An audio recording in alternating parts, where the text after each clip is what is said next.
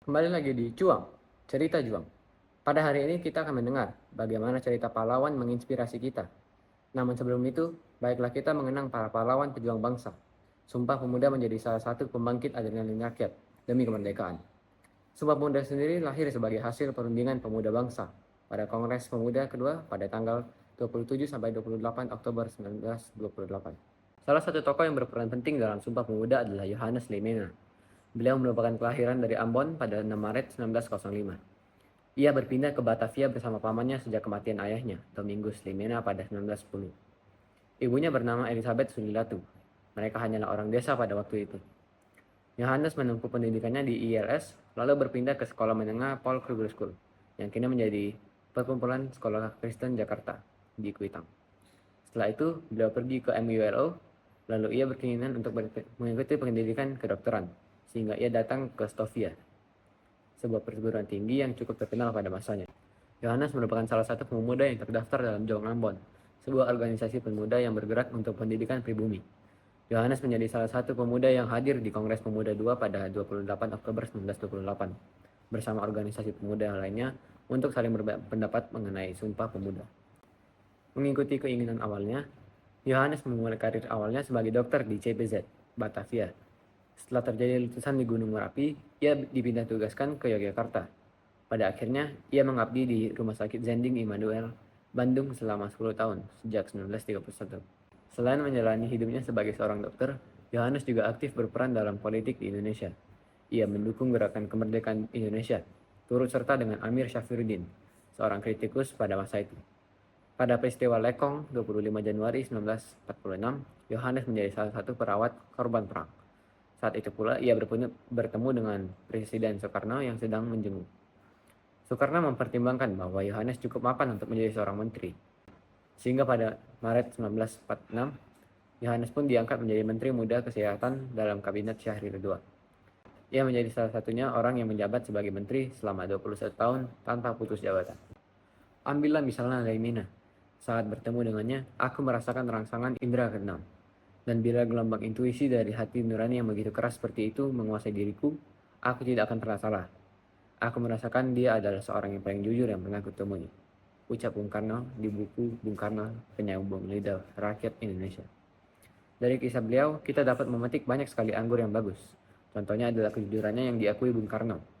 Kita seharusnya menjadi seorang manusia yang jujur demi diri kita sendiri, orang lain, dan Tuhan. Menjadi harapan bahwa setiap dari kita jujur dalam melakukan hal apapun itu. Jadi sekarang saya akan mengundang pembicara-pembicara Juang pada hari ini.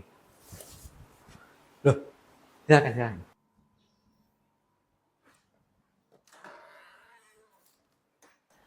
Jadi gimana kabar kalian hari ini? Oh baik.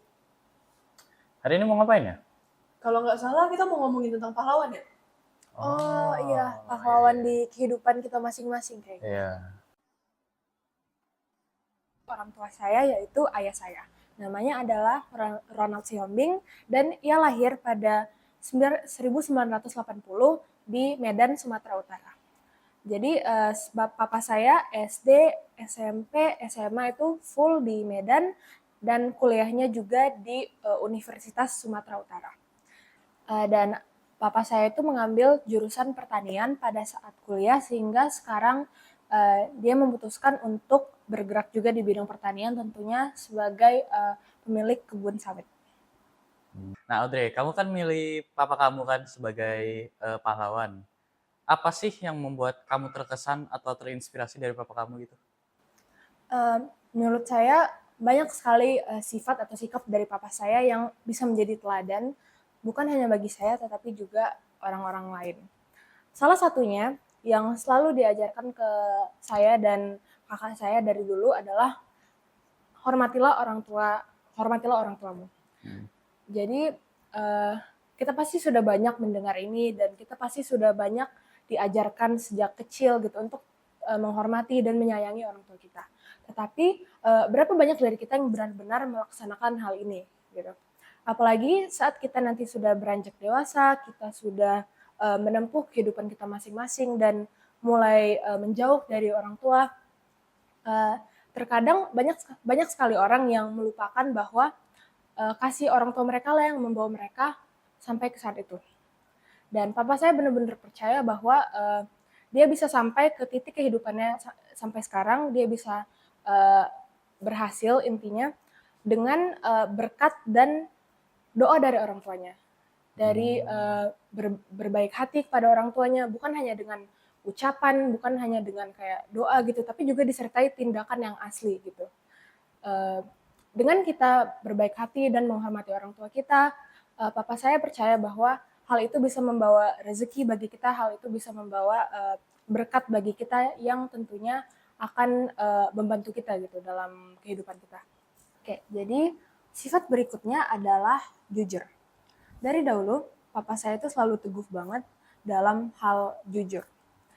Jika kita punya kejujuran, apalagi di dunia kerja nanti ya, orang-orang itu pasti mau mencari kita. Orang-orang itu pasti butuh seseorang yang jujur, apalagi di dunia kerja untuk misalnya memanage sesuatu atau mengatur sesuatu atau mengerjakan sesuatu. Seberapa simpelnya pun itu, jika kita punya kejujuran, pasti kita akan dibutuhkan. Dan berikutnya adalah bekerja keras. Jika kita bekerja keras, papa saya itu percaya bahwa Tuhan pasti akan memberikan sesuatu pada kita sebagai imbalannya. Jika kita bekerja keras, pasti itu tidak akan sia-sia pada akhirnya. Apalagi jika kita tahu apa yang mau kita capai, apa yang mau kita raih gitu. Jika dengan kerja memberikan usaha dan kerja keras untuk mendapatkan hal itu, pasti kita akan mendapatkan hasil yang sepadan.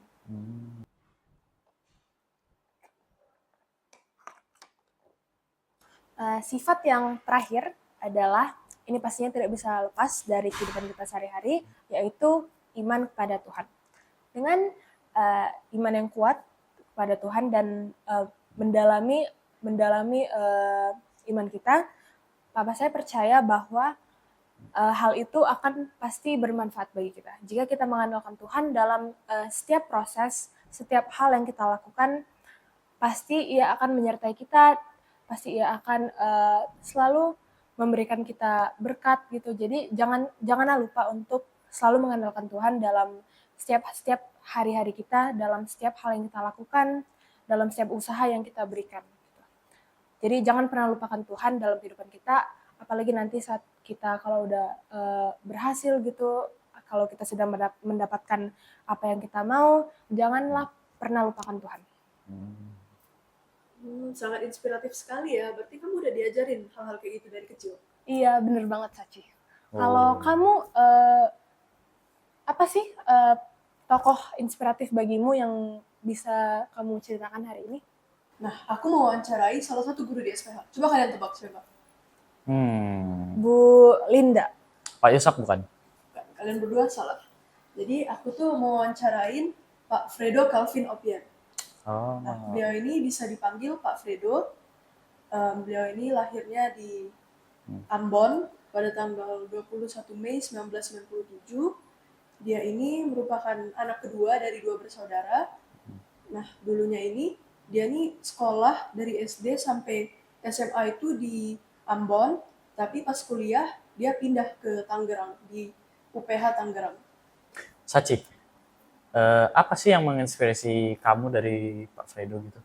Iya, kan aku tadi udah cerita tentang ayah aku sebagai pahlawan aku yang memiliki sifat-sifat yang bisa diteladani. Kalau dari Pak Fredo sendiri, sifat-sifatnya apa ya? Nah, untuk mendapatkan sifat-sifat itu kan pasti butuh proses ya. Kalau Pak Fredo ini, dia dia bilang selama dia kuliah itulah dia dapat semuanya. Jadi kayak Titik perubahannya di pas kuliahnya itu. ya, titik perubahannya pas kuliah. Dia bilang bukan cuma pendidikan aja yang dia dapat di kuliah, tapi sifat sama karakternya disitulah yang dia bentuk. Nah, bener banget tuh Ci.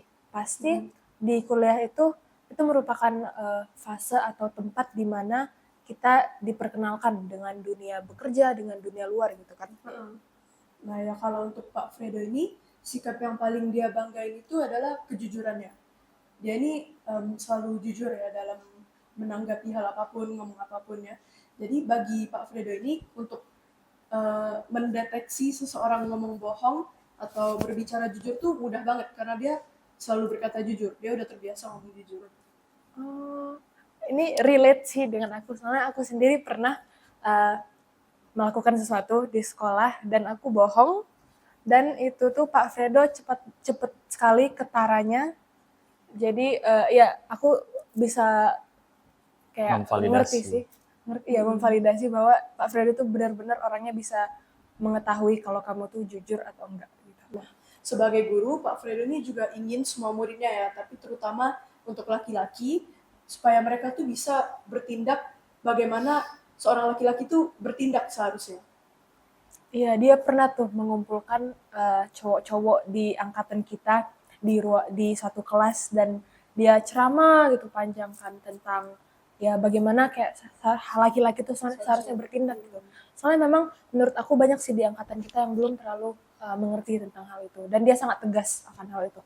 Ya, terus dia juga bilang, misalnya kalau ada murid ya yang melakukan yang aneh-aneh, pasti itu bakal berurusan lah sama Pak Fredo, karena Pak Fredo tuh ingin semua muridnya tahu gimana caranya menjadi benar, eh, apa yang benar dan yang salah, harus menjadi murid yang bertanggung jawab, disiplin. Contohnya kayak menghormati orang lain gitu ya, apalagi perempuan terutama. Iya. Nah, dan juga karena dia juga sudah menikah dan memiliki anak, dia ingin istri dan anaknya itu bisa aman. Dia juga bakal bekerja secara bertanggung jawab, dan secara material bagaimana dia bisa mengatur keuangan keluarga mereka. Itu merupakan sikap yang patut diteladani sih, sifat bertanggung jawab sebagai kepala keluarga untuk memastikan bahwa keluarganya itu terurus dan terawat dengan baik. Oke, terakhir Max nih, kamu wawancara siapa? Gimana cerita pahlawannya? Nah, yang saya wawancara itu Evan Marcus. Siapa itu Evan Marcus?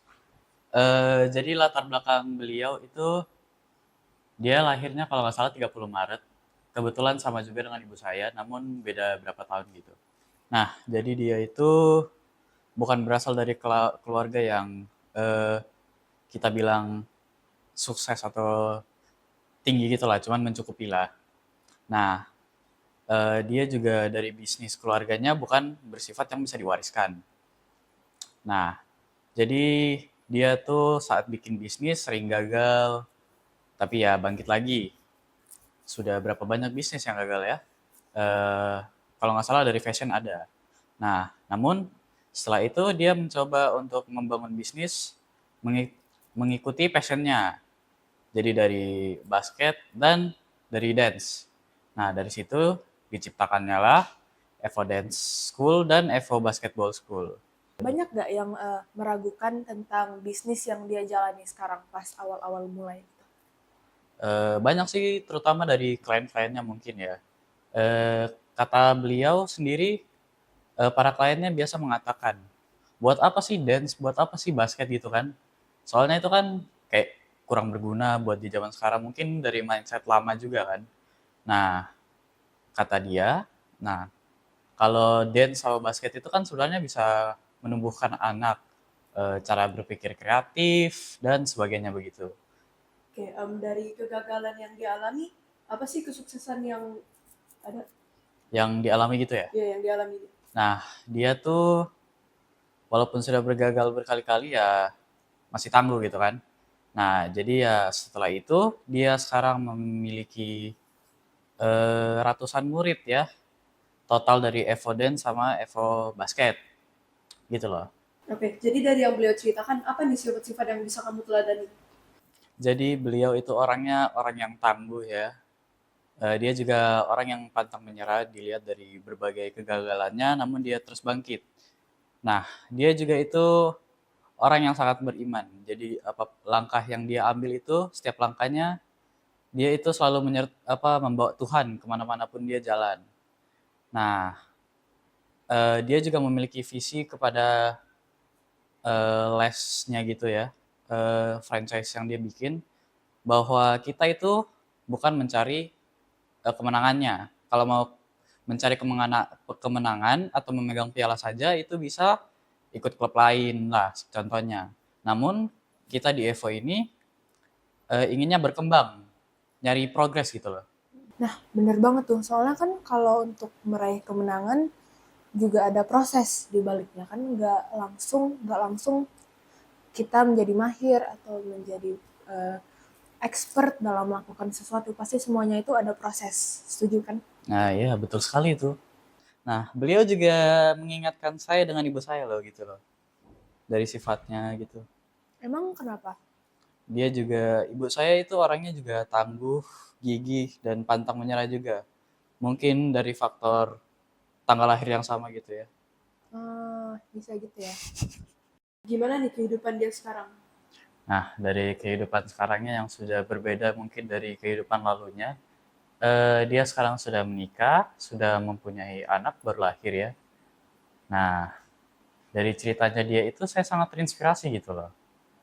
Bagaimana dia sangat gigih untuk mencapai perubahan, membangun suatu bisnis, walaupun bisnisnya dulu itu sebenarnya cuma coba-coba gitu loh. Nah, dari situ kita dapat belajar bahwa dia itu orangnya sangat disiplin, eh, dia itu juga sangat membawa Tuhan di apapun jalannya. Waktu itu saya pernah jalan sama dia. Pas kita masuk gitu, kita kan cari parkiran. Tiba-tiba ada mobil yang keluar. Haleluya, haleluya puji Tuhan katanya gitu. Rada-rada nyambung sih. Mirip sama papa aku. Ya itu kan merupakan berkat kecil yang bisa ditemukan dalam kehidupan sehari-hari. Berarti dia benar-benar peka atas hal itu. Kurang lebih gitu. Nah, jadi dia tiap minggu tuh sering gereja gitu loh. Kadang kalau nggak salah dia juga jadi salah satu panitia gitu. Menurut kamu keberhasilan dia ini ada hubungannya nggak sama bisnis yang dia jalani ini kayak dijalankan berdasarkan ya passion dia, berdasarkan melakukan apa yang dia sukai gitu. Oh iya, dulu tuh kan dari dia gagal di clothing brandnya gitu kan. Dia kan ini passionnya kalau nggak salah masuk kuliah itu dia cobain dance, jadinya passionnya di dance. Nah dari dance itu dia coba-coba bikin usaha dance, makanya bisa sukses jadi evidence school gitu.